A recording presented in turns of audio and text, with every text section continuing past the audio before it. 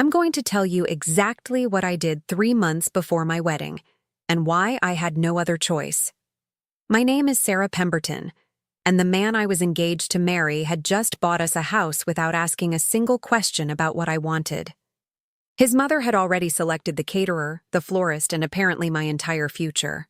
But it was what my parents said at Thanksgiving dinner that made me realize I needed to know the truth before I signed my life away. The dining room at my parents' house in Sutton Coldfield was packed that November evening. 23 relatives crammed around a table meant for 16, the overflow spilling into the adjoining sitting room. My mother had outdone herself with the spread. A massive turkey occupied the center of the table, surrounded by all the traditional fixings. The air was thick with the smell of roasted meat and the competing perfumes of too many people in too small a space. The evening had started normally enough, relatives arriving in waves, each bringing their own chaos. Uncle Gerald complaining about traffic from Wolverhampton, Aunt Patricia showing off photos of her new grandchild to anyone who'd look. My cousin Emma's baby fussing in her carrier until Emma's husband, Tom, took her to the quieter sitting room. I'd watched it all from the kitchen, helping my mother with the final preparations. She'd been in her element, orchestrating the meal like a conductor leading an orchestra. Every dish had to be perfect, every detail managed. It was how she approached everything in life, including me. "Sarah, make sure the gravy doesn't have lumps," she'd instructed, not looking up from the Brussels sprouts she was seasoning. "Marcus's family has standards. Marcus's family. Not our family gathering. Not the people we love. Marcus's family, who were already being treated as the more important consideration. I should have noticed the warning signs then. Should have paid attention to the way my mother had started referring to Marcus's preferences as though they superseded mine. The way she'd begun every conversation about the wedding with "Diana thinks," or "Marcus's father suggested." But I was still operating under the assumption that this was normal, that mothers always fussed over their daughters' weddings, that families always wanted to make good impressions on their future in-laws. I was carving the turkey. My mother had insisted, saying it was good practice for when I'd be hosting my own family dinners. The knife was sharp and heavy in my hand, the blade sliding through the golden skin with a faint tearing sound. Steam rose from the exposed meat. My cousin Emma sat directly across from me, her husband beside her, their 1-year-old daughter asleep in a carrier by the window. The conversations around the table had been pleasant enough. Talk of work, of holidays, of the upcoming wedding. Marcus's mother had been holding court at one end of the table, discussing the venue with my mother in tones that made it clear the decisions had already been made without my input. That's when my mother spoke. Her voice cut through the dinner conversation like the knife in my hand cut through flesh. "Well, since Sarah's infertile anyway, at least Marcus won't have to deal with that disappointment." The knife stopped. I felt it, the exact moment the blade halted mid-slice, the resistance of bone against steel. Everything in the room seemed to crystallize. Emma's fork hovering halfway to her mouth, my father reaching for his wine glass, Marcus's mother leaning forward slightly, as though she'd been waiting for this. The word hung in the air between us. Infertile. My mother said it the way you'd comment on the weather forecast or the quality of the wine. Casual. Factual. Already decided. I couldn't move. My hand was still on the carving knife, still pressed against the turkey's breastbone, but I couldn't make my muscles respond. The heat from the turkey was warming my fingertips through the skin, but the rest of me had gone cold.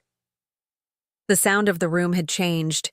The laughter from the sitting room seemed too loud now, inappropriate against the sudden weight of silence at the dining table. I could hear the clock in the hallway ticking, each second stretching into an eternity. Someone's chair creaked. A glass clinked against a plate. My father nodded, adding his voice to the assessment. Good thing he's marrying her for other reasons. The conversations around the table had stopped. Not completely, but enough. The kind of silence that spreads outward from a dropped stone, ripples of awareness moving through the room. People were looking at me now. I could feel their eyes, the weight of their pity settling over me like a blanket I hadn't asked for. Emma's face had transformed. Her expression had shifted from pleasant dinner conversation to something softer, sadder. That look people give you when they learn you have cancer or your dog died. Pure, unfiltered pity. She set down her fork slowly, as though making a noise might shatter me further. Across the table, my Aunt Patricia reached for her wine glass, her movements careful and deliberate, as though we were all suddenly navigating a minefield. Uncle Gerald cleared his throat, looked at his plate, found the pattern on the china suddenly fascinating. Marcus's mother, Diana, leaned toward her son. I couldn't hear what she whispered, but I saw her lips move, saw the way her eyes slid toward me and then away, like you'd look at a damaged piece of furniture you're considering whether to keep or replace. Marcus's hand found mine under the table. His palm was warm and dry, his grip firm. "It doesn't matter to me, darling," he whispered, his mouth close to my ear. "We'll be happy either way." His breath smelled of wine and the mints he always kept in his pocket. I could feel the wool of his sweater against my arm, hear the rustle of fabric as he leaned closer. Everything was suddenly, violently tactile, as though my body was compensating for the emotional numbness spreading through my chest. But here's what nobody in that room knew. What I'd kept secret for exactly 11 days. 4 days before this dinner, I'd sat in Dr. Morrison's office on Harborne Road. The office was small and painted a calming shade of blue-gray. There were prints of watercolors on the walls, all depicting peaceful countryside scenes. The examination table had fresh paper on it. I could hear it crinkling every time I shifted my weight. The waiting room had been quiet that afternoon. Just one other woman, heavily pregnant, flipping through a magazine without really reading it. The receptionist had smiled at me when I'd checked in, a knowing smile that made me think she'd already guessed why I was there. Dr. Morrison had smiled at me. She was in her 50s, silver-haired and competent, with the kind of steady demeanor that made you trust her immediately. She'd pulled up the ultrasound on her screen and turned the monitor so I could see. 12 weeks, she'd said. Everything looks perfect. Strong heartbeat. Good measurements. You're right on track. I'd stared at the screen, at the small shape that looked more like a gummy bear than a human being. But the flicker in the center was unmistakable. A heartbeat. Fast and strong and impossibly small. "I'm pregnant," I'd whispered. I knew it already. I'd taken the test. But hearing it confirmed, seeing the evidence on the screen, made it real in a way it hadn't been before. "Very pregnant," Dr. Morrison had confirmed, still smiling. "Due in mid-May, if my calculations are correct." She'd printed out the ultrasound photo, handed it to me in a small envelope. I'd held it carefully, aware I was carrying evidence of something miraculous and terrifying. On the drive home, I'd kept glancing at the envelope on the passenger seat, as though the contents might disappear if I looked away. I hadn't told anyone. I'd wanted to wait until after the first trimester, until the risk of miscarriage dropped, until everything was safe and certain. Marcus and I had only been trying for 3 months. I'd planned to tell him at Christmas to make it special somehow. I'd been imagining the ways I might wrap up the ultrasound photo, the look on his face when he opened it. Now, sitting at this table with 23 relatives, hearing my mother announce to everyone that I was infertile, I was suddenly, viscerally glad I'd kept that secret.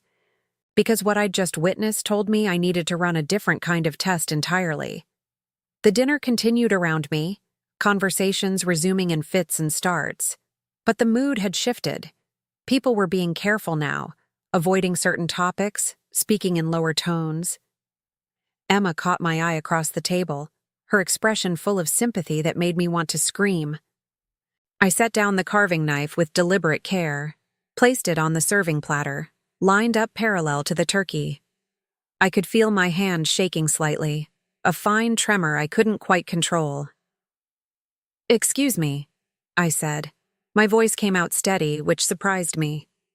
"I need some air." I stood, walked out of the dining room, through the kitchen, out the back door into the November cold. The garden was dark except for the light spilling from the kitchen window. I could see my breath fogging in the air. I wrapped my arms around myself, not because of the cold, but because I needed to hold something together and my body was all I had. The garden had been my refuge growing up. A small patch of green backing onto other gardens, all identical in their neat suburban conformity. But it had been mine. I'd played here, read here, hidden here when family gatherings became too much. Now I stood on the stone patio, feeling the cold seep through my shoes, and wondered how many times I'd made excuses for the people inside. How many times I'd told myself that my mother's comments were just thoughtlessness, that my father's distance was just his personality, that the casual dismissals and assumptions were normal family dynamics. The door opened behind me. I knew without turning that it was Marcus. I could smell his cologne, that expensive bergamot scent he'd worn since university. Sarah. His hand touched my shoulder. Your mother didn't mean anything by it. She's just... You know how she is. She speaks without thinking.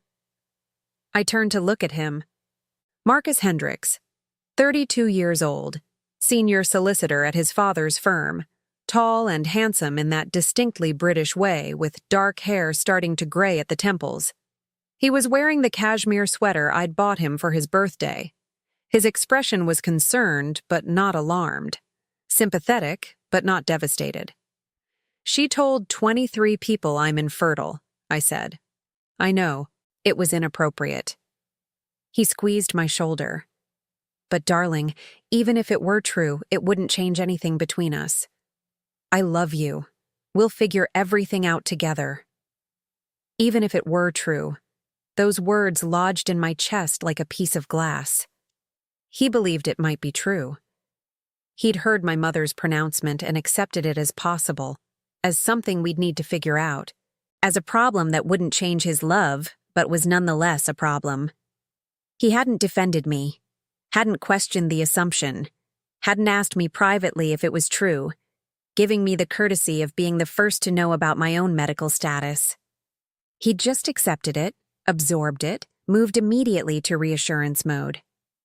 I should get back inside, he said. Coming? I shook my head. In a minute. He kissed my temple and went back in. Through the window, I watched him return to the dining room, watched him pick up his wine glass, watched him smile at something his mother said. Life continuing. The moment already passing for him, absorbed into the general chaos of family dinners and mother-in-law commentary. But for me, something had shifted. A crack had appeared in the foundation I'd been building my future on, and I needed to know how deep it went. I stood in the garden for another 10 minutes, letting the cold sharpen my thoughts. When I finally went back inside, I'd made a decision. I just didn't know yet exactly what form it would take. The idea came to me 3 days later. I was at Charlotte's flat in Digbeth. Charlotte Hayes had been my closest friend since university, when we'd both been studying at Birmingham. She'd gone into theater makeup while I'd gone into law. Now she worked at the Birmingham Hippodrome, transforming actors into kings and monsters and everything in between. Her flat was everything mine wasn't. Chaotic, colorful, lived in. Plants everywhere, artwork covering the walls. Books stacked in towers because the shelves were full. It felt like a real home, not the carefully curated space Marcus and I maintained. We were drinking tea in her small kitchen, the kind with mismatched mugs and plants on every available surface. I'd told her about Thanksgiving dinner. She'd listened with increasing outrage, her face darkening with each detail. He just sat there, she'd asked, while your mother announced that to the whole family? He held my hand under the table. Oh, how noble of him. Charlotte's voice dripped sarcasm. Sarah, you know this is insane, right? You're not actually infertile. You're 12 weeks pregnant with his child, and he's letting his family treat you like a defective appliance. She'd set down her mug with more force than necessary, tea sloshing over the rim. Charlotte had never liked Marcus, I realized. She'd been polite, welcoming, everything a best friend should be. But she'd never warmed to him the way I'd hoped. I'd wrapped my hands around my mug, feeling the warmth seep into my palms. I need to know something. What? Whether he sees me, or whether he just sees what I can do for him. Charlotte had gone very still. She had that look she got when she was thinking through a problem, her head tilted slightly to one side. What are you suggesting? His family treats me a certain way because they see me as useful. Marcus proposed because I'm a solicitor, because I come from the right background, because I look good at firm events. His mother picked our caterer because she sees me as a project to be managed, not a person with opinions. I set down my mug. I want to know what happens when I'm not useful, when I'm nobody important. Charlotte's eyes had widened. You want to go undercover? His sister mentioned they're hiring temporary staff at the firm. 3-week project for a major case. I could apply. I could become someone completely different. Someone he wouldn't recognize. Someone beneath his notice. Charlotte had leaned back in her chair, studying me. That's either brilliant or completely mad. Probably both. She'd smiled then, slow and considering. How much time do we have? The transformation took 6 hours spread across 2 days. Charlotte cleared her schedule at the Hippodrome, telling them she had a family emergency. We worked in her bathroom, which had the best lighting in the flat. She'd laid out her supplies on the counter like surgical instruments. Dyes and gels and brushes and sponges, wigs in various shades, contact lenses, glasses with thick black frames. I'd never seen her this focused, this methodical. She approached it like art, which I suppose it was. The art of becoming invisible. First, we change your base, she'd said, mixing the hair dye in a plastic bowl. Your hair is your most distinctive feature. Everyone notices it. My hair was dark, almost black, and fell in waves past my shoulders. I wore it down most of the time, or pulled back in a loose knot when I was working. Marcus loved it. He was always running his fingers through it, commenting on how soft it was. Charlotte sectioned it carefully, applying the dye with methodical precision. We're going 2 shades lighter and adding ash tones. It'll make you look washed out. The process took 90 minutes. I sat on the edge of her bathtub while the dye processed, feeling the chemicals tingle against my scalp. When she finally rinsed it out and I looked in the mirror, I barely recognized myself. The rich dark brown had become a mousy, lifeless shade. It made my skin look sallow, my eyes less bright. Perfect, Charlotte said. Now for the cut. She sectioned my hair again, this time with scissors. I watched in the mirror as she cut away inches, shaping it into a severe bob that ended just below my ears. No layers, no movement. Just straight lines that made my face look harder, less approachable. Each snip of the scissors felt like shedding a piece of my old self. I'd had long hair since I was a teenager. Marcus had asked me once never to cut it. I'd laughed it off at the time, but now I wondered how many other preferences he'd stated, as though they were gentle suggestions, but were actually requirements. Glasses next, she said. She'd brought several options. We tried on 4 different pairs before settling on thick black frames that overwhelmed my face. These make you look like you're hiding behind them. I am hiding behind them. Exactly. Now posture.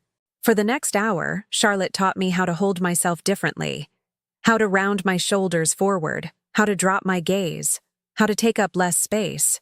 She made me practice walking across her flat with my eyes down, my steps uncertain. You normally move like you own the room, she said. We need the opposite. Move like you're apologizing for being there.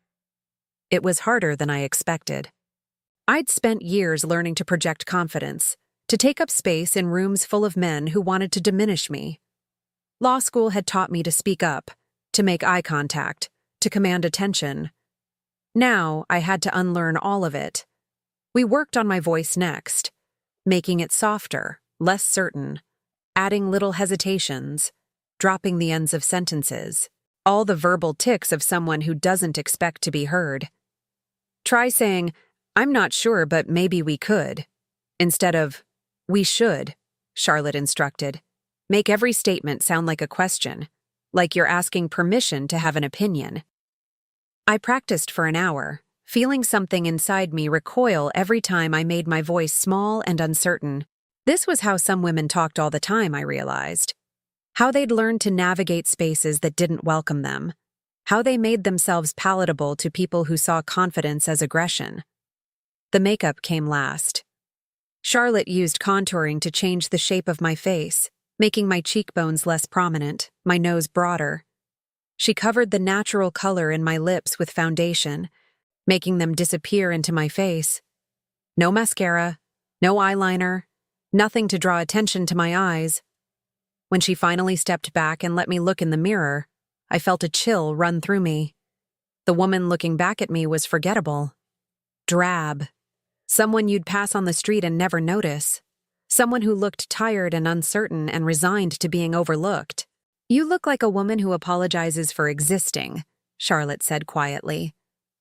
I met her eyes in the mirror. That's exactly the effect I need. We went shopping next to the Bull Ring. Charlotte steered me away from my usual shops, the places where I bought tailored pieces that fit properly. Instead, we went to discount stores, buying clothes 3 sizes too large. Shapeless cardigans in gray and beige, skirts that hung wrong, sensible shoes that made no statement at all. In the changing room, I put on the complete outfit. The transformation was total. I looked like someone who'd given up on being seen. The fluorescent lights made everything worse. The gray cardigan washed out my skin even more. The shapeless skirt made me look frumpy, uncertain. The thick framed glasses hid half my face. "Marcus won't recognize you," Charlotte said, and there was something like sadness in her voice. "I barely recognize you." I stared at my reflection, at this stranger wearing my face. Good. That's the point. The opportunity came through Rebecca. Rebecca Hendricks was Marcus's younger sister by 3 years. She was the only member of his family who'd ever treated me like an actual person rather than an acquisition. We'd become genuinely close over the 2 years Marcus and I had been together. She was a paralegal at her father's firm, working her way up with an intelligence and determination that her father consistently underestimated. I'd called her the day after my transformation. Asked if we could meet for coffee. She'd suggested a place in the jewelry quarter, a small independent cafe far enough from the firm that we wouldn't run into anyone from work. When I walked in wearing my disguise, Rebecca didn't recognize me. She was sitting at a corner table looking at her phone. I walked right past her to the counter, ordered a coffee, then approached her table. "Rebecca." She'd looked up, startled. Then her eyes had gone wide. "Sarah? Oh my God." I sat down across from her. "What do you think?" She'd stared at me for a long moment, her expression moving through shock to understanding to something that looked like approval. "I think you look like someone my brother would never notice." "What are you planning?" I told her. "All of it." The Thanksgiving announcement, Marcus's response, my pregnancy, my growing certainty that I needed to see him when he thought I didn't matter. Rebecca had listened without interrupting. When I finished, she was quiet for a long moment, turning her coffee cup in her hands. "I love my brother," she finally said. "But you're not wrong to wonder about this. I've watched him my whole life. He's kind to people who enhance his status, patient with people who reflect well on him." She met my eyes. "And dismissive of people he considers beneath him. I've told myself it's just professional efficiency, that he's busy and can't treat everyone the same way, but maybe I've been making excuses." Her admission hung between us. This was the first time anyone in Marcus's family had acknowledged what I'd been noticing. The first time someone had validated my concerns instead of dismissing them as oversensitivity. "Will you help me?" She'd nodded slowly. "The firm's hiring a temporary secretary for a 3-week project. Marcus is leading a major case, the Lawson acquisition. They need administrative support. I can walk your application directly to the hiring manager. Create a CV under a different name. I'll list myself as a reference. You'd do that? I want to know too. Rebecca's voice was firm. If my brother is the man I hope he is, he'll treat you well regardless of how you look or what position you hold. And if he's not? She trailed off. Then you deserve to know before you marry him. The CV took us 2 hours to create. Jennifer Cole, aged 27, degree in business administration from Birmingham City University. 3 years of administrative experience at various small firms. Nothing impressive. Nothing that would make me memorable. Just adequate enough to be hired for a temporary position. Rebecca submitted it on Friday. By Monday afternoon, I had a call from Patricia Webb, the office manager. Ms. Cole, this is Patricia Webb from Hendricks & Associates. Rebecca Hendricks gave us your CV. We'd like to offer you a 3-week temporary position starting next Monday. Would that work for you? My hand had tightened around the phone. This was really happening. Yes, that would be perfect. Excellent. Please arrive at 8:30. We're on the 7th floor at 45 Colmore Row. Dress is business casual. I'll have Rebecca show you around on your first day. I'd hung up and sat very still on my sofa, feeling my heartbeat in my throat. In exactly 1 week, I would walk into Marcus's workplace as someone else. Someone he would never recognize. Someone who would let me see exactly who he was when he thought nobody important was watching. The Birmingham office of Hendricks & Associates occupied the entire 7th floor of a modern building on Colmore Row. All glass and steel and expensive furniture meant to intimidate clients into compliance. The reception area had leather chairs and a massive desk where a perfectly groomed woman sat answering phones. The walls were decorated with photographs of the senior partners, Marcus's father prominent among them. I arrived at 8:25 on Monday morning wearing my costume. The shapeless gray cardigan, the unflattering skirt, the thick-framed glasses. My mousy hair was pulled back in a small, tight bun. I'd practiced my posture all weekend, making sure I could maintain the slouch, the uncertain gait, the habit of making myself smaller. The elevator ride up felt interminable. I shared it with 3 other people, all in expensive suits, all radiating the confidence of people who belonged in spaces like this. I kept my eyes down, practiced my invisible persona. Patricia Webb met me at reception. She was in her 50s, efficient and brisk, with the air of someone who ran things from behind the scenes. Jennifer Cole? Yes, thank you for this opportunity. She'd given me a quick, assessing look. I could see her cataloging me, filing me away as temporary, adequate, forgettable. Come with me. I'll show you your workspace. She led me through a maze of corridors. The offices were arranged around the perimeter, all glass walls that made everything visible. In the center were cubicles for the support staff. My desk was in one of these, a small space with a computer and a phone and nothing personal. You'll be supporting the Lawson case, Patricia explained. Marcus Hendricks is the lead solicitor. He'll brief you on what he needs. The case files are extensive, so organization is critical. Can you handle that? Yes. I'm very detail-oriented. Good. He's in the main conference room right now with his associates. I'll introduce you. My heart had started pounding as we walked toward the conference room. Through the glass walls, I could see Marcus. He was standing at the head of a long table, reviewing documents with 2 people. One was a young man in an expensive suit. The other was a woman, Chinese, strikingly beautiful, her black hair pulled back in a sleek ponytail. This was it. The moment of truth. Either he would recognize me and everything would collapse, or he wouldn't, and I'd learn exactly what I needed to know. Patricia knocked once and opened the door. Marcus, this is Jennifer Cole, the temporary secretary for the Lawson case. Marcus looked up. His eyes passed over me the way you'd look at a piece of furniture being delivered. No recognition, no curiosity. Just a brief assessment before returning to his papers. For a moment I couldn't breathe. This was the man I was engaged to marry. The man I'd been with for 2 years. The man whose child I was carrying. And he was looking at me like I was nothing. Like I was nobody. Like I didn't exist in any way that mattered. "Fine," he said. His voice was clipped, professional, already dismissing me. "I'll need the depositions organized by date and witness. Alphabetical won't work for this. No welcome, no nice to meet you. No basic human courtesy of acknowledging I was a person standing in front of him. Yes, Mr. Hendricks." I made my voice small, uncertain. "I can do that." "Good. Patricia, show her where everything is. I need her productive by this afternoon." He'd already turned back to his conversation with the beautiful woman.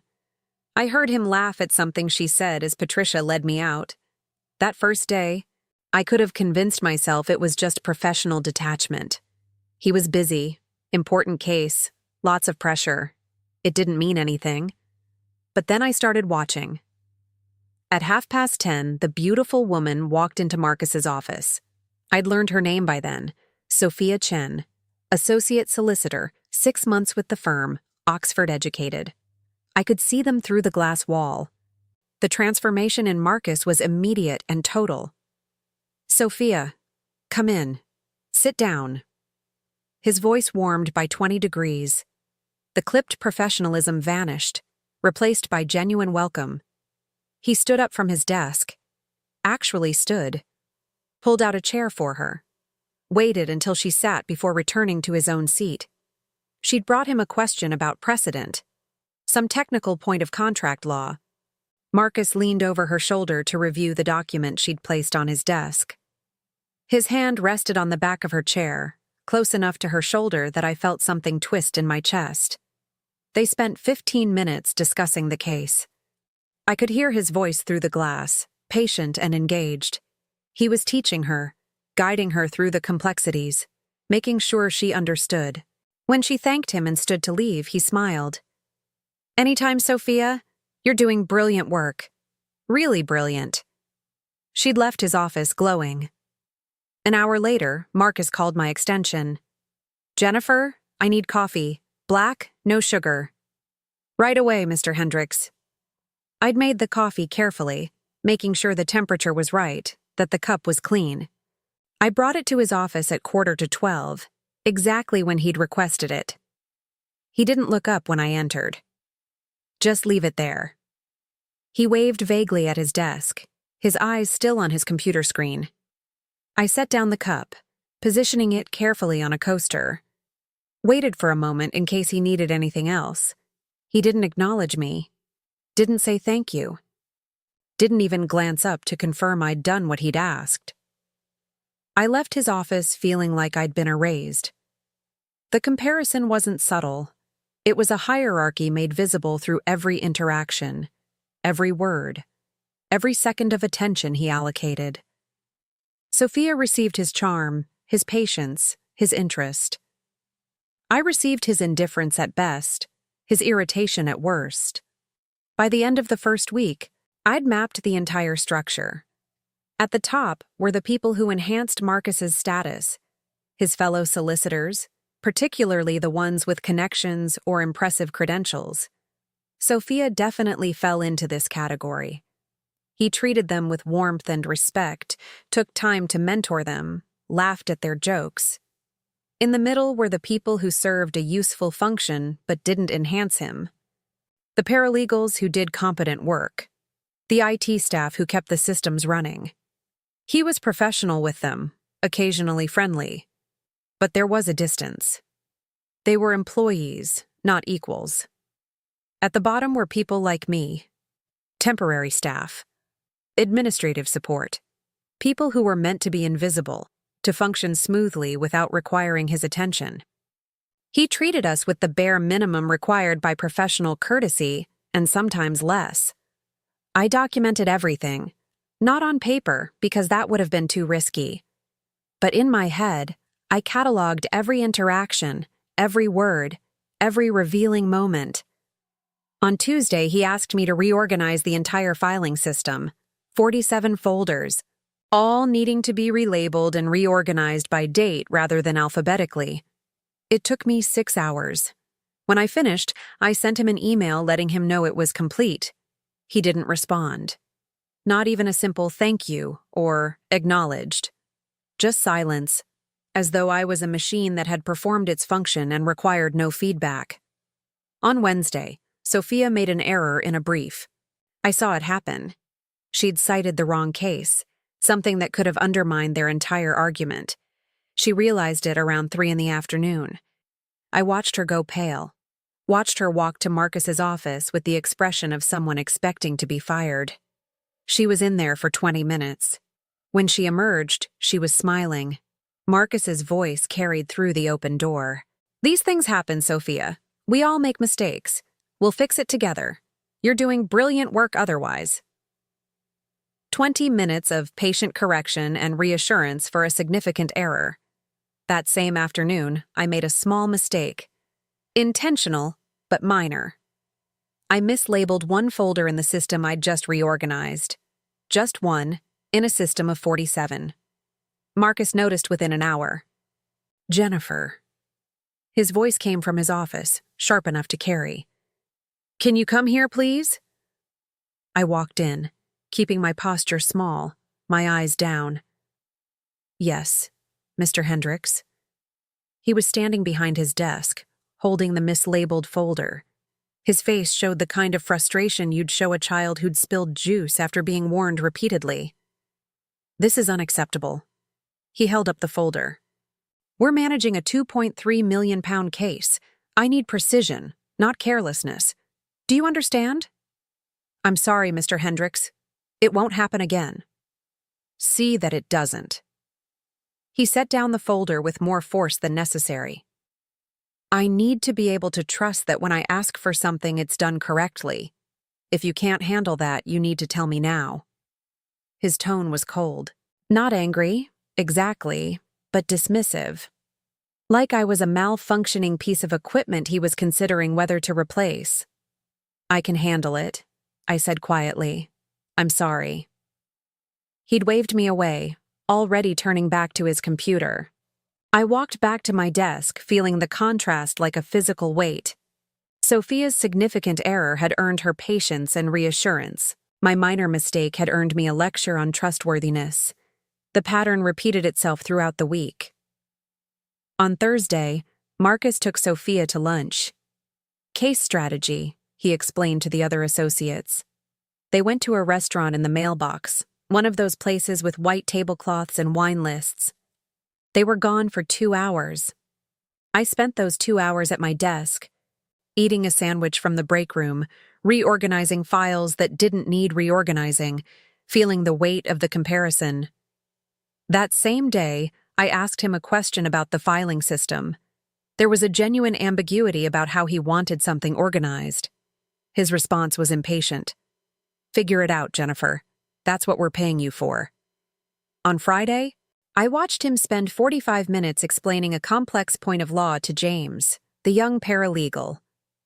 James was fresh from Oxford, the son of one of the senior partners at a rival firm. Marcus referenced his education constantly, treating him like a protege in training. "You remind me of myself at that age," I heard him say. "Same drive, same attention to detail. You're going to do brilliant things in this profession." James had practically glowed under the praise. When I asked Marcus if he needed anything before I left for the weekend, he didn't look up from his work. "No, see you Monday." No thank you, no acknowledgement of the week's work, just dismissal. By the end of the second week, I'd documented a perfect hierarchy. People he respected received his time, his attention, his charm. People he deemed beneath notice received the bare minimum required by professional courtesy, and sometimes less. I also noticed other things. Small details that made the picture complete. Marcus complained about me to Patricia. I overheard it on Tuesday afternoon. The offices had glass walls, but they weren't soundproof. I was at my desk, organizing files, when I heard his voice carry from Patricia's office. "The temp is rather slow," he said. "Is this really the best candidate Rebecca could find?" Patricia's response was too quiet for me to hear, but Marcus continued. I just need someone who can keep up. This case is too important for me to be checking every little thing. He'd walked past my desk 30 seconds later without looking at me. I also watched how he treated the other staff. The receptionist, Maria, got warmer treatment than me, but only barely. He remembered her name, which was more than he did for me. But he still treated her like part of the furniture, someone who existed to perform a function. The cleaning staff might as well have been invisible. They came through in the evenings, and Marcus walked past them as though they were air. But the beautiful people, the accomplished people, the people who could enhance his reputation? They received an entirely different Marcus. Charming, warm, generous with his time and attention. I watched him mentor James through a complicated legal issue, spending 2 hours walking him through the precedents and the strategy. James was eager and earnest, hanging on Marcus's every word. Marcus seemed to genuinely enjoy teaching him. This is what I love about this profession, Marcus told him at one point. The opportunity to shape the next generation of legal minds. I watched him laugh at Sophia's jokes, compliment her work, invite her to firm events. I watched him network with the other solicitors, building alliances, making himself indispensable. And I watched him treat people like me as though we were mechanisms in a machine, only noticed when we malfunctioned. There was a moment, midway through the second week, when I almost broke. I was in the break room, making coffee for the 3rd time that day. Another endless round of administrative tasks that Marcus needed done, but couldn't be bothered to acknowledge. The coffee maker was old and temperamental, and I was fighting with it when Rebecca walked in. She'd been keeping her distance, not wanting to draw attention to any connection between us. But we were alone in the break room, and she came over. "How are you holding up?" she asked quietly. I kept my eyes on the coffee maker. He called me the temp yesterday, not even Jennifer, just the temp.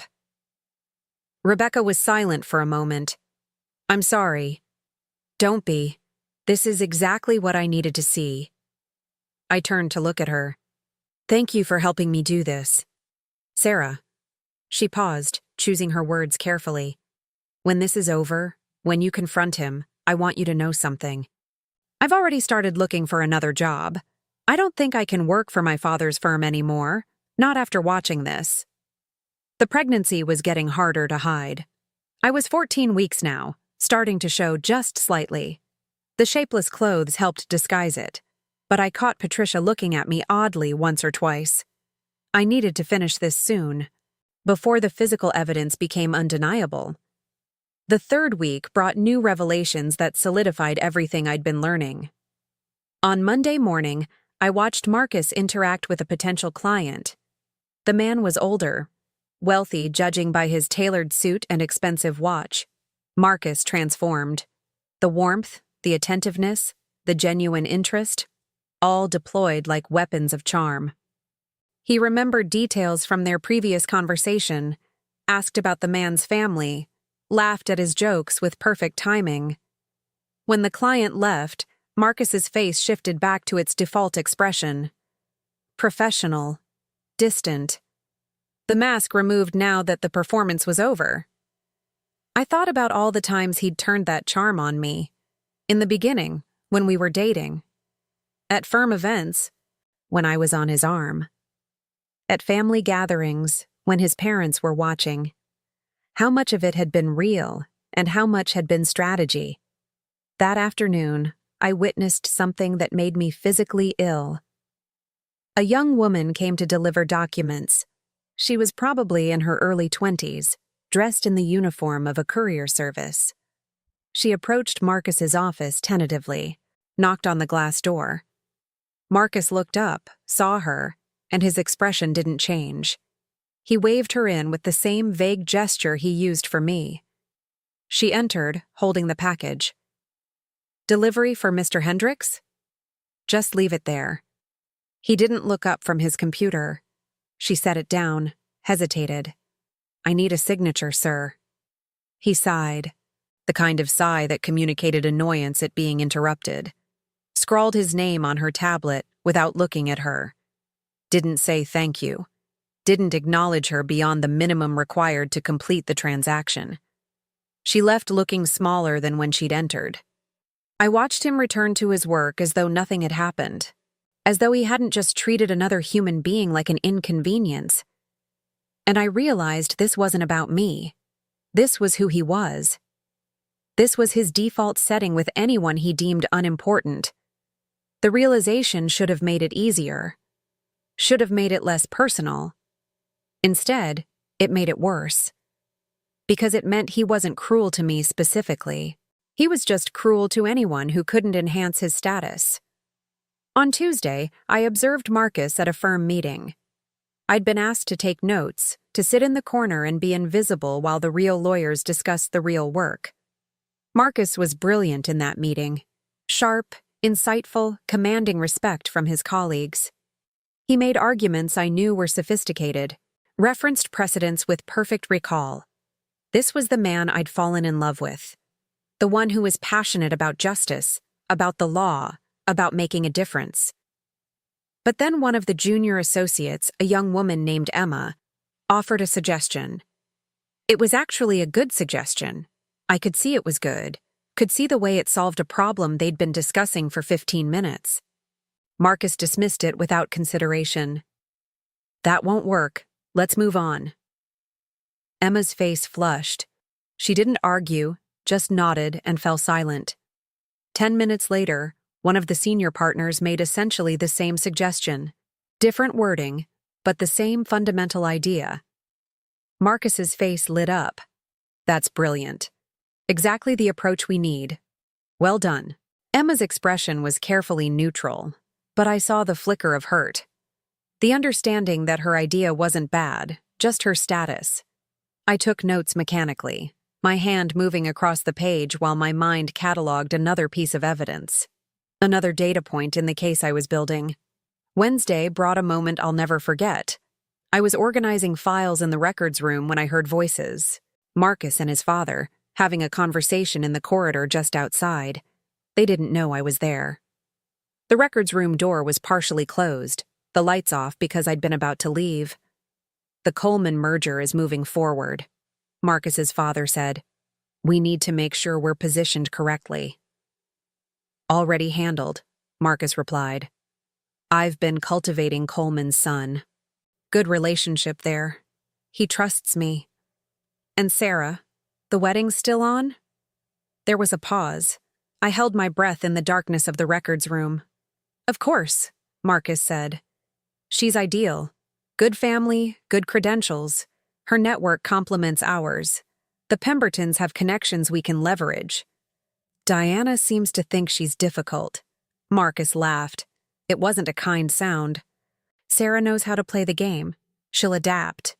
They all do. They moved away then, their voices fading down the corridor. I stood in the dark records room, my hand pressed to my belly, feeling my daughter move inside me.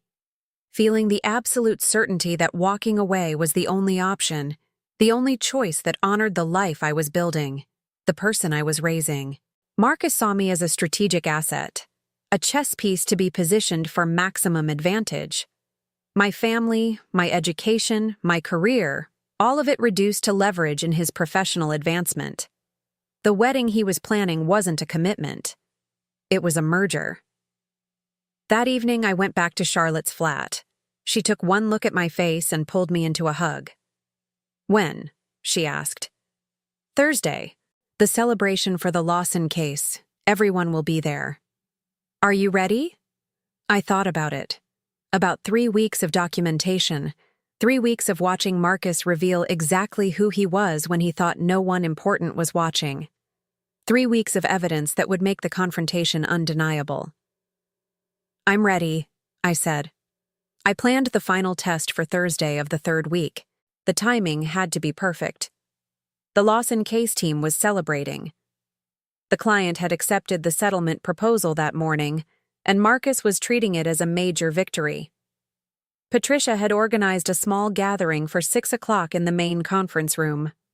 Nothing elaborate, just wine and canapes and a chance for the team to congratulate themselves. 8 solicitors would be there, 3 associates, including Sophia, 2 paralegals, including James, and me, serving the drinks. I arrived at the office at 5:30, helped Patricia set up the wine and the food. She'd ordered from an expensive caterer, the kind that made everything look like art. I arranged the glasses on the table, checked that everything was perfect. "Thank you, Jennifer," Patricia said, and for once someone was actually acknowledging my work. "You've been very helpful these past weeks." Marcus arrived at 5:45. His tie was loosened, his sleeves rolled up. He was in celebration mode, energized by the win. He walked straight past me to greet one of the senior partners who'd just arrived. I positioned myself near the drinks table, refilling glasses, clearing plates, playing the role I'd been assigned: invisible, functional, forgettable. By 6:15, everyone had arrived. The room hummed with conversation and satisfaction. Marcus stood near the head of the table, holding court. Sophia was on his right, James on his left. His chosen disciples arranged for maximum visibility. He was telling a story about the settlement negotiation, making it sound more dramatic than it had been, playing up his own role. The others listened with appropriate admiration. Sophia asked intelligent questions. James laughed at the right moments. I waited near the back of the room, holding a tray of empty glasses, watching, timing it perfectly. Marcus was mid-sentence, describing a particularly clever interpretation of contract law that had supposedly won the case. I could see him in his element, confident and charismatic, basking in the admiration of his juniors. That's when I spoke. Actually, that interpretation wouldn't hold under the precedent established in Hendricks v. Morrison, 2019. My voice was quiet but clear, cutting through his narrative. The room went silent. Every head turned toward me. Marcus stopped mid-word, his expression shifting from confidence to confusion to irritation. He turned, looking for the source of the interruption. His eyes landed on me, the forgettable secretary holding a tray of glasses. "I'm sorry?" His tone carried a warning. Secretaries don't interrupt. Furniture doesn't speak. I set down the tray. The sound of glass on wood was loud in the sudden silence. I reached up and removed my glasses, the thick black frames that had been hiding half my face. I set them on the table beside the tray. "Hendricks v. Morrison," I repeated, my voice stronger now. "Your father's case. I was there when he argued it. You might remember. I was finishing my law degree at the time. You were very proud of him." I reached up, pulled 2 pins from my hair. The severe bun loosened, came apart. My hair fell differently, framing my face in a way that hadn't been visible before. "You told me that case taught you the importance of reading contracts in context, not isolation." I straightened my posture, rolled my shoulders back, reclaimed all the space I'd been compressing for 21 days. "You said it was foundational to your entire approach to law." Recognition hit his face like a physical blow. I watched the color drain from his skin, then flood back in a rush of red that started at his collar and spread upward. His mouth opened. No sound came out. "Sarah?" His voice cracked on my name. He said it like a question, like he couldn't quite trust what he was seeing. "Hello, Marcus." I smiled, but there was nothing warm in it. "I've had an interesting 3 weeks. You've been an excellent teacher." The room had gone absolutely silent. 8 people who'd watched Marcus treat me with barely concealed contempt for 21 days now understood exactly what they'd witnessed. I could see them processing it, their faces moving through shock to comprehension to something that looked like horror. Patricia's hand had gone to her mouth. James looked like he wanted to disappear into the floor. One of the senior partners was staring at Marcus with an expression I couldn't quite read. But it was Sophia's face that caught my attention. She looked genuinely horrified, her eyes moving between Marcus and me, understanding dawning, and Rebecca. She was standing near the door, and her expression held something like relief mixed with vindication. She'd wanted to know, too. Now we both did. Marcus tried to recover. He always tried to recover. It was what he did, how he operated. Find the angle, control the narrative, maintain the advantage. Sarah, this is... He spread his hands, a gesture meant to convey reasonableness. What are you doing? This is my workplace. You can't just burst in here and... I've been working here for 3 weeks, Marcus, quite legitimately. I glanced at Rebecca, who nodded confirmation. Your sister arranged it. I wanted to see something before we got married.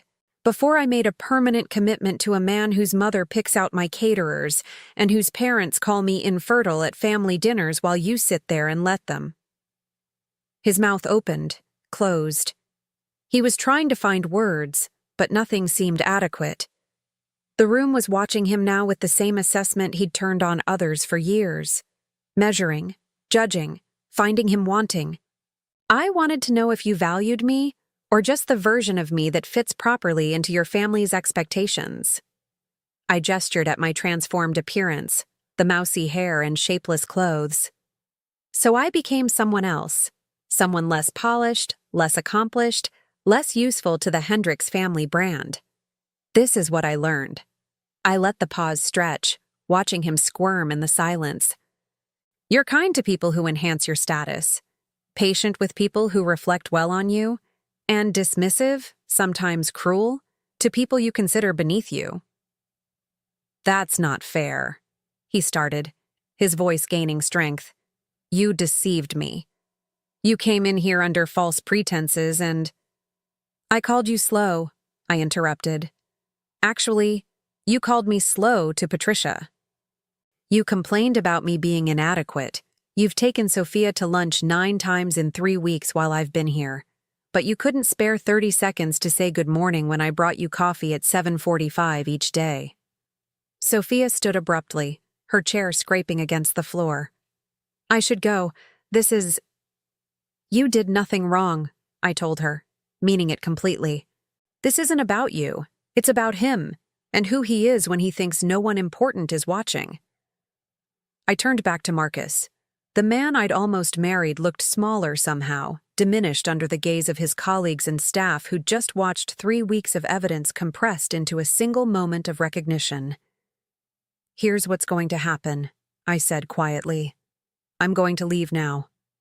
You're going to call off the wedding. You can blame me if you'd like. Tell everyone I was unstable or demanding or whatever preserves your reputation. I honestly don't care. I picked up my bag. I'd prepared it earlier, knowing I wouldn't be coming back. My real clothes were inside, waiting for me to reclaim my actual identity, and then you're going to think very carefully about the kind of man you want to be. I walked toward the door, got halfway there before I stopped, turned back. Marcus was still standing there, frozen, his face a mixture of shock and calculation. Already trying to figure out how to spin this, I could see it, how to minimize the damage. Oh, and Marcus? I paused, letting the moment breathe. About my mother's announcement at Thanksgiving. The one where she told everyone I was infertile, and you said it didn't matter to you? He was watching me with something like dread now, perhaps sensing there was more coming, another layer to this humiliation he hadn't anticipated. I'm 12 weeks pregnant, due in May. You're going to receive a very interesting photograph in about 6 months. The room erupted. I heard gasps, someone's wine glass hitting the table. Rebecca's surprised laugh quickly stifled. Patricia made a sound like she'd been punched, but I was already walking out, my heels clicking against the polished floor.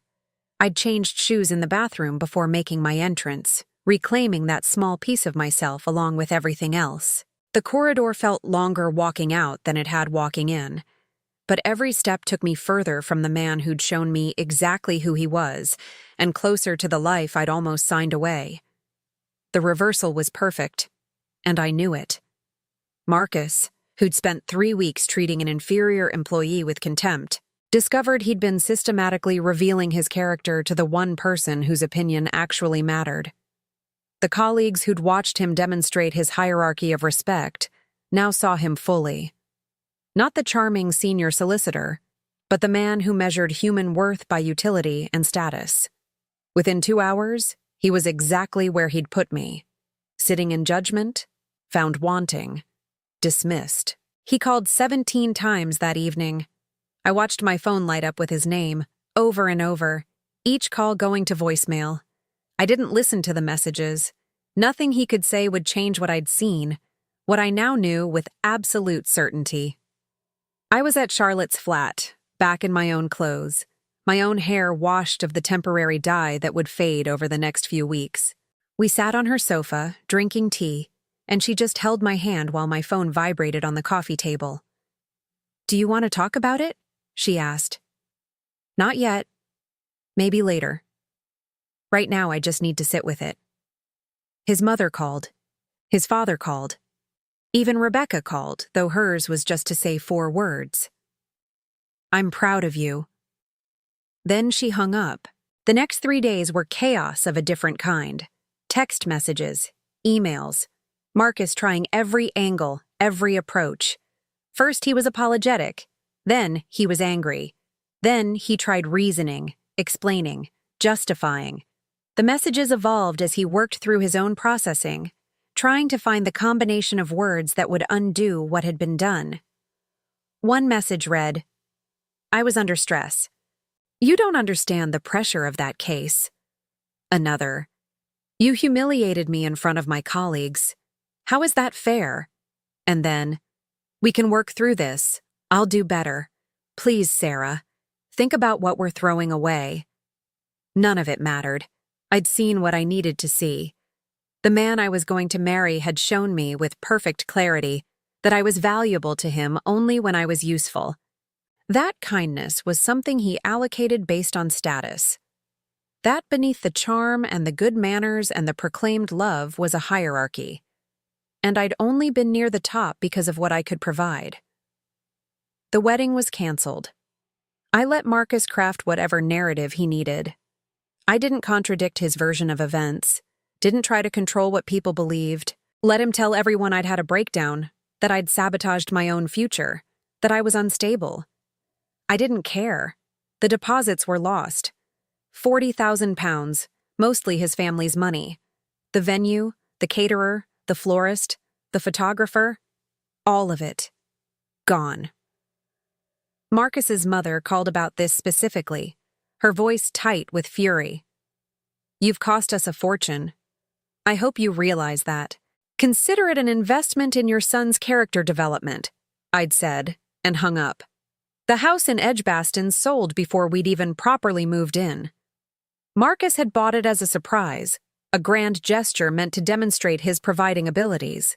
I'd hated it from the moment I saw it.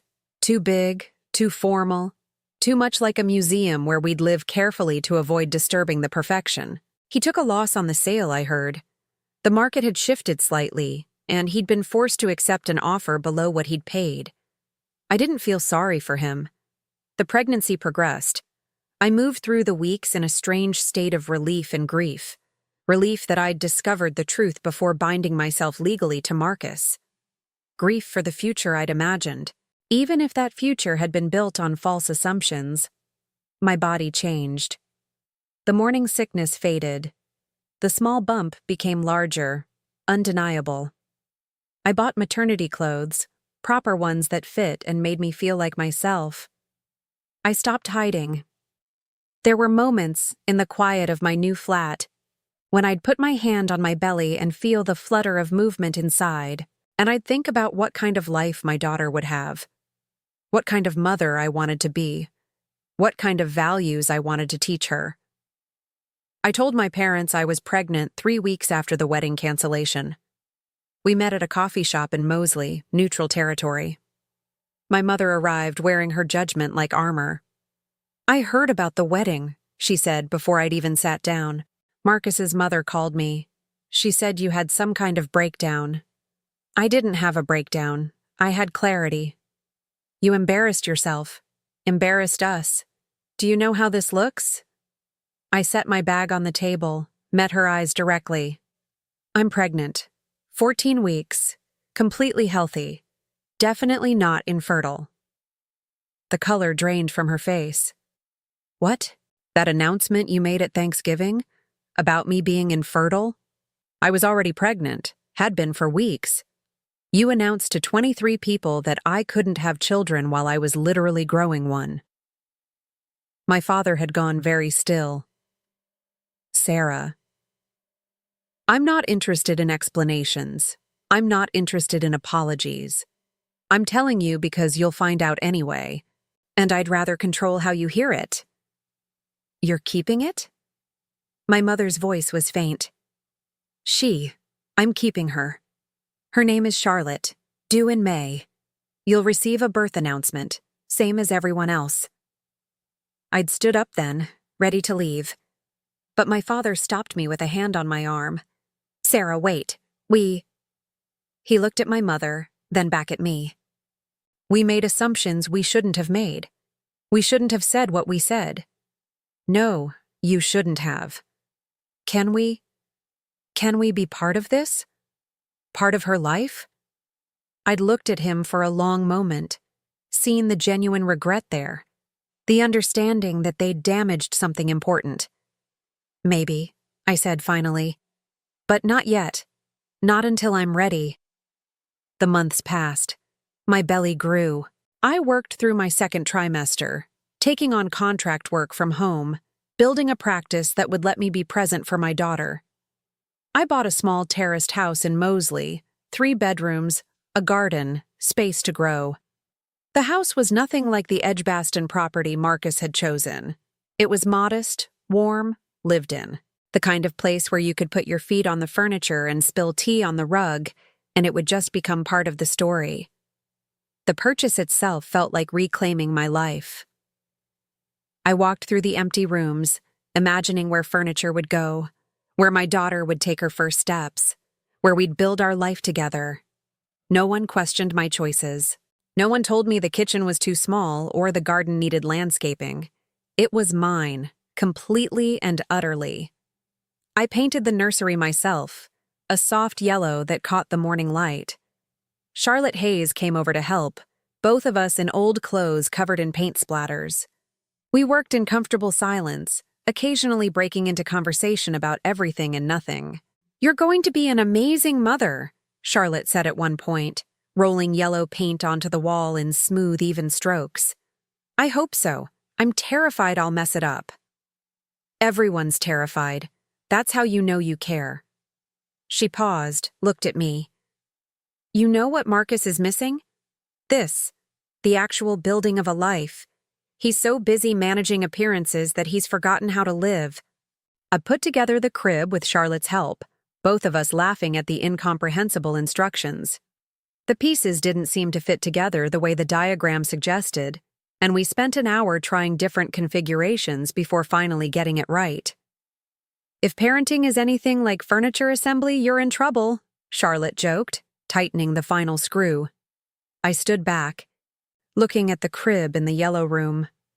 Real, solid, waiting for the tiny human who would occupy it. I think I can handle it. Filled the shelves with books I'd loved as a child, books I wanted to read to my daughter. Beatrix Potter and Dr. Seuss and Roald Dahl. Stories about brave children and impossible adventures and the triumph of good over evil. My parents visited once during the pregnancy. My mother had called, asking if they could come by. I'd agreed, curious about what they wanted. They arrived on a Saturday afternoon, my father carrying a wrapped package, my mother looking uncomfortable in my modest terraced house. She kept glancing around as though cataloging all the ways it failed to measure up to her expectations. "It's smaller than I expected," she said, which I suppose was her version of a greeting. "It's what I need," I replied. My father handed me the package. Inside was a rocking chair, antique, beautiful. The one from my grandmother's house, the one I'd loved as a child. "Your grandmother would want you to have it," he said quietly. I ran my hand over the smooth wood, feeling tears prick my eyes. "Thank you." We sat in the living room. tea growing cold in cups none of us drank from. The silence was heavy with all the things we weren't saying. Finally, my mother spoke. We were wrong. At Thanksgiving. We shouldn't have said what we said. No, you shouldn't have. Can we start over? Can we be part of her life? I looked at them, these people who'd raised me and disappointed me and were now asking for a second chance. I thought about my daughter, about the kind of family I wanted her to have. I'll think about it, I said. Not a yes, but not a no. Just the truth. They left an hour later. After they'd gone, I sat in my grandmother's rocking chair in the empty nursery and cried. For the family I'd wanted, for the family I had, for the family I was building. The pregnancy progressed with beautiful normalcy. I felt her kick for the first time at 18 weeks. A flutter, then a definite push. I was sitting in my living room reading a contract for a client when it happened. I put my hand on my belly and felt her move again, and I laughed out loud in the empty house. I went to every appointment alone, except for the big ultrasound at 20 weeks. Charlotte came with me for that one. We watched the screen together as the technician showed us fingers and toes and a perfect little face. She's beautiful, Charlotte whispered, squeezing my hand. She is, I agreed, watching my daughter yawn on the screen, already so perfectly herself. I didn't send the images to Marcus. This wasn't about him. This was mine. Our daughter would know her father if he wanted to be known. But these moments, these early precious discoveries, belonged to me and the people who'd chosen to be present. Charlotte was born on May 15th at Birmingham Women's Hospital. 7 pounds, 4 ounces. Perfect. The labor was long, 18 hours from first contraction to final push. Charlotte Hayes was with me the entire time, holding my hand, reminding me to breathe, advocating for me when I was too exhausted to speak. Rebecca arrived halfway through, bringing snacks and encouragement and a fierce determination that I wouldn't go through this alone. When they finally placed my daughter on my chest, skin to skin, her tiny body warm and wet and screaming with outrage at being born, I felt something in my chest break open and reform, stronger than before. She was real. After months of feeling her move inside me, of imagining her face, of preparing for her arrival, she was finally beautifully real. "Hello, little one," I whispered, touching her tiny fingers, her perfect nose, the dark hair plastered to her head. "I'm your mom. I've been waiting for you." She stopped crying at the sound of my voice, opened her eyes, dark blue and unfocused, looking for the source of the sound she'd been hearing for months from the inside. And in that moment, I knew with absolute certainty that every choice I'd made had led to this. To her. To us. Rebecca held Charlotte an hour later, after the nurses had cleaned her up and wrapped her in a hospital blanket. Rebecca cried, tears streaming down her face as she looked at my daughter. "She's beautiful," she whispered. "She's the most beautiful thing I've ever seen." "She is," I agreed, watching my daughter yawn in her aunt's arms. Charlotte Hayes held her next, this fierce, loyal friend who'd helped me transform myself, who'd helped me see the truth, who'd been there through all of it. "She has your determination," Charlotte said, as my daughter gripped her finger with surprising strength. "Look at that grip. She knows what she wants." "Have you told him?" Rebecca asked, once the nurses had taken Charlotte for her tests, and it was just the three of us in the quiet hospital room. "Not yet. I will." "Do you want to?" I thought about it. About Marcus, somewhere in Birmingham, living his life, making his calculations, building his career. He didn't know he was a father. Didn't know this tiny perfect person existed because of choices we'd both made. "He deserves to know she exists," I said slowly. "But he doesn't deserve access to her until he proves he can see her as a person, not a possession. Not an asset to be managed or a problem to be solved. A person." Rebecca nodded, understanding immediately. That's fair. The first night in the hospital was surreal. They'd moved me to a recovery room, placed Charlotte in a bassinet beside my bed. I couldn't sleep, couldn't stop watching her. Every tiny movement, every small sound, commanded my complete attention. At 3 a.m, a nurse came in to check on us, found me sitting up in bed watching my daughter sleep. "First baby?" she asked kindly. "Yes. You can sleep, you know. She'll let you know when she needs something." I smiled but didn't lie down. I wasn't watching because I thought she needed something. I was watching because I needed this. Needed to see her breathe, to know she was real, to begin memorizing every detail of this tiny person who was mine. The nurse understood. "I'll bring you tea," she said, and left me to my vigil. I held Charlotte and felt the weight of responsibility settle over me like a mantle. This tiny person depended on me for everything: safety, food, love, guidance, everything. But I also felt the weight of possibility. She could be anyone, become anything. And my job was to give her the tools and the confidence to choose her own path. To know her worth wasn't determined by what she could do for others, but by who she chose to be. Rebecca visited every day that week, brought flowers and baby clothes and a fierce protective love that made me grateful all over again that I'd walked away from Marcus. "He called me," she said on day 3, "asking about you, wanting to know how you were." "What did you tell him?" "Nothing. Said it wasn't my place to give him information when you clearly didn't want him to have it." "How did he react?" Rebecca's expression hardened. "Badly. Said I was being disloyal. That family should support family." She paused.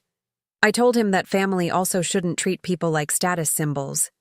That he'd shown me exactly who he was, and I didn't much like what I saw." "How is he?" She considered the question. "Diminished. The firm is different now. People treat him with professional respect, but there's a distance. Patricia especially.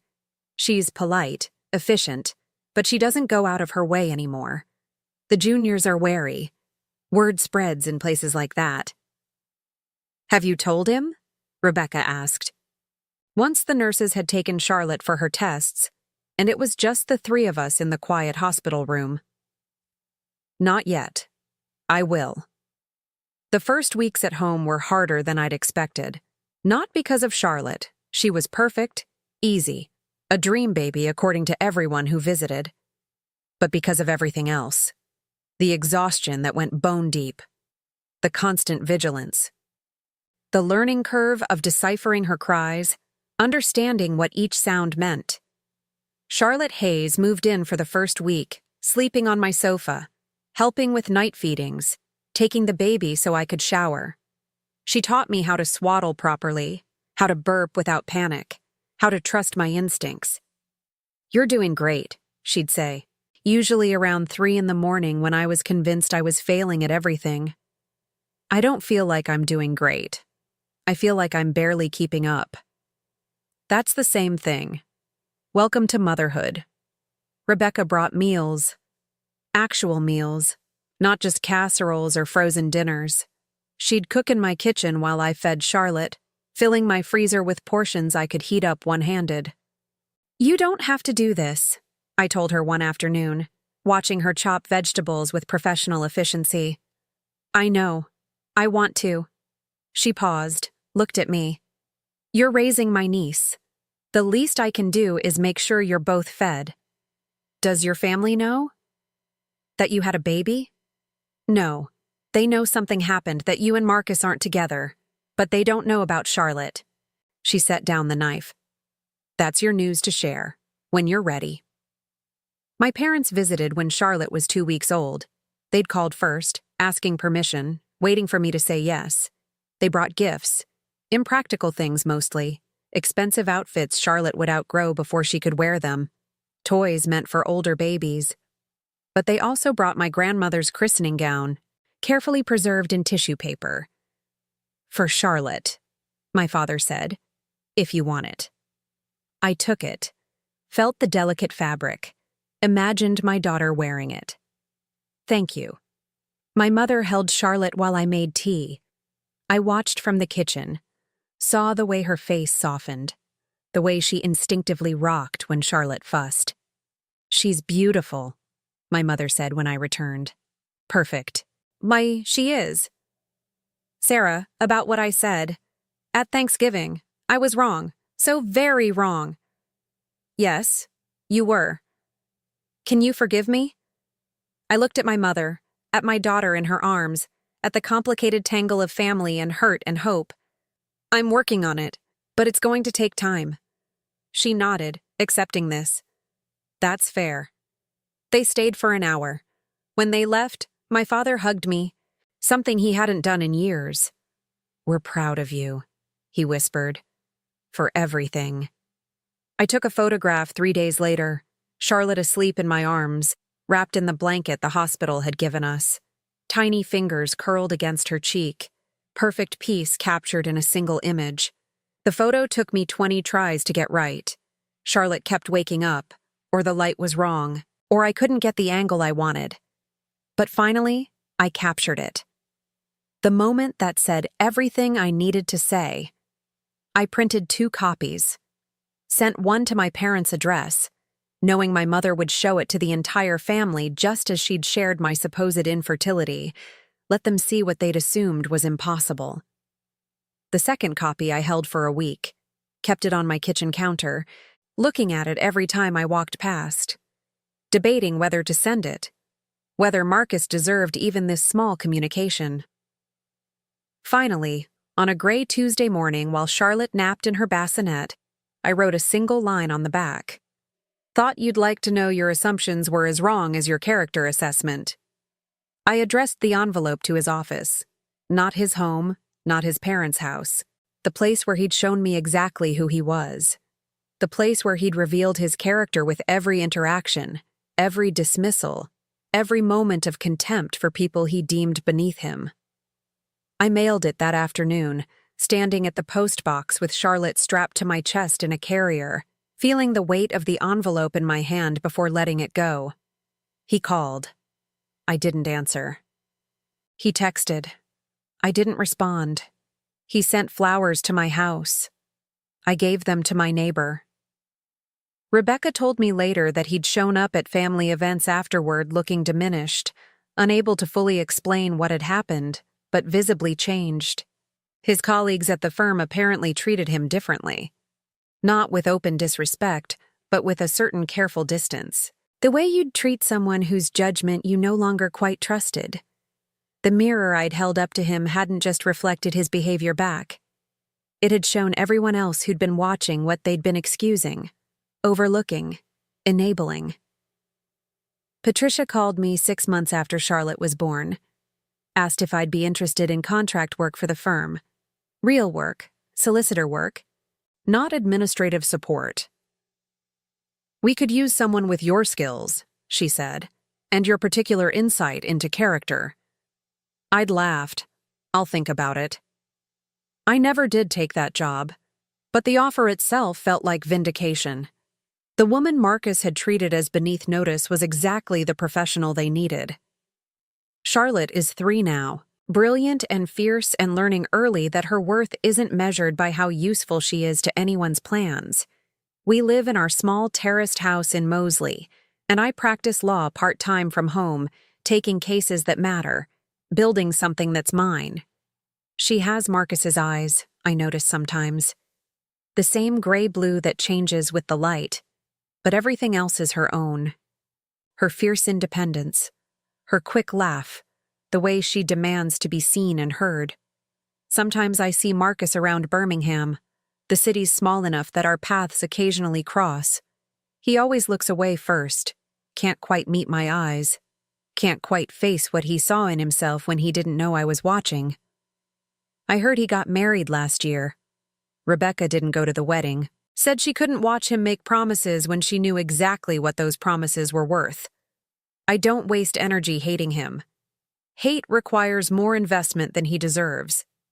But I do think about what I learned, and I tell other women whenever they ask. Before you commit your life to someone, See them when they think you're powerless. See them when they believe you can't affect their status, their comfort, their future. Character isn't what people show you when you're useful. It's what they show you when they think you don't matter. Marcus showed me exactly who he was. I just needed to become someone else to see it clearly. The transformation wasn't really about the hair or the makeup or the clothes. It was about removing myself from the position where his interest was guaranteed, where treating me well served his purposes. About putting myself in a place where kindness would cost him nothing but mean everything. He failed that test so completely, so thoroughly, that I still feel grateful I administered it. Grateful that I had the courage to look, the strength to see, and the clarity to walk away. Sometimes people ask me if I regret it. The deception, the test, the calculated nature of what I did. They frame it as a betrayal, as though honesty was owed to someone who'd been showing me a false version of himself all along. I don't regret it for a second. I regret that it was necessary. I regret that I couldn't simply trust the person I was planning to marry. I regret that women have to test the men who claim to love them, because we've learned through centuries of experience that love and respect don't always align. But the test itself? The 3 weeks of watching him reveal exactly who he was? I'm grateful for that. It saved me from a marriage that would have ground me down slowly, that would have taught me to accept less until I forgot I deserved more. Charlotte asks me sometimes about her father. She's 3, so the questions are simple. Why doesn't he live with us? Why don't we see him? I tell her the truth, in terms she can understand. He wasn't ready to be the kind of father she deserves. Maybe someday he will be. But that's not her problem to solve. She nods, accepts this, goes back to building towers with her blocks. She's learning early that she doesn't need someone else's approval to be whole. That's the real gift I gave her by walking away. Not the house, or the financial security, or the careful life I'm building. The gift is showing her that you can look at something everyone else wants you to accept and say no. You can test the foundations before you build on them. You can demand that people show you who they really are and believe them when they do. Marcus Hendricks taught me exactly one valuable thing in our years together. He taught me what happens when you make yourself powerless in front of someone and they choose to step on you rather than help you up. I'll never forget that lesson. Neither will Charlotte. And maybe, somewhere in Birmingham, Marcus is learning it too. The woman I became for those 3 weeks, Jennifer Cole with her mousy hair and shapeless clothes and apologetic presence, she was real in a way that mattered. She was every woman who's ever been dismissed, overlooked, treated as less than human because she didn't serve someone's immediate purposes. I wore her like a costume, but she taught me something true. She taught me that kindness given only to people who can enhance you isn't kindness at all. It's strategy. And when you build a life on strategy rather than genuine regard, you end up exactly where Marcus did, alone in a conference room, watching the person you most wanted to impress walk away. Sometimes the best marriages are the ones you walk away from before they begin, the ones you test before you commit, the ones where you learn the truth while you still have time to choose differently. I chose differently. I chose Charlotte and myself, and a life built on truth rather than appearances. And every single day, I'm grateful I had the courage to look. There's a concept in legal practice called discovery. It's the process where both sides exchange information before trial, where hidden documents come to light, where the truth gets revealed whether people want it revealed or not. The theory is that justice requires full disclosure, that you can't make good decisions without good information. I conducted my own discovery, gathered my own evidence, made my decision based on what I found. Marcus failed discovery, failed it so completely that there was no path forward, no settlement possible, no way to reconcile the evidence with the promises he'd made. The case was closed before it ever went to trial. And honestly, that's the best possible outcome. Because some marriages don't fail. They're revealed to have been impossible from the start. built on assumptions that couldn't survive contact with truth. I didn't break anything real. I just exposed what was already broken. And then I walked away from the wreckage before it could trap me inside. That's not a failure. That's justice. That's choosing yourself when someone else has shown you they'll only choose you when it's convenient. Charlotte will grow up knowing that. Knowing that her mother chose truth over comfort, evidence over hope, reality over the life everyone expected her to want. She'll grow up knowing that you can test the ground before you step on it, that you can demand people show you who they really are. That walking away is sometimes the bravest thing you can do. And if that makes me the villain in Marcus's story, in his family's story, in the version they tell at dinner parties when someone asks what happened to that engagement, I can live with that. Because in my story, in Charlotte's story, in the truth that matters, I'm the woman who looked clearly, saw honestly, and chose freedom over a beautiful prison. And I'd make that choice again every single time. Like this, if you believe people reveal their true character when they think you're powerless. Comment below with where you're watching from and what time it is right now. And subscribe because I have another story coming that'll make you rethink everything you thought you knew about the people closest to you. Trust me, you won't want to miss it.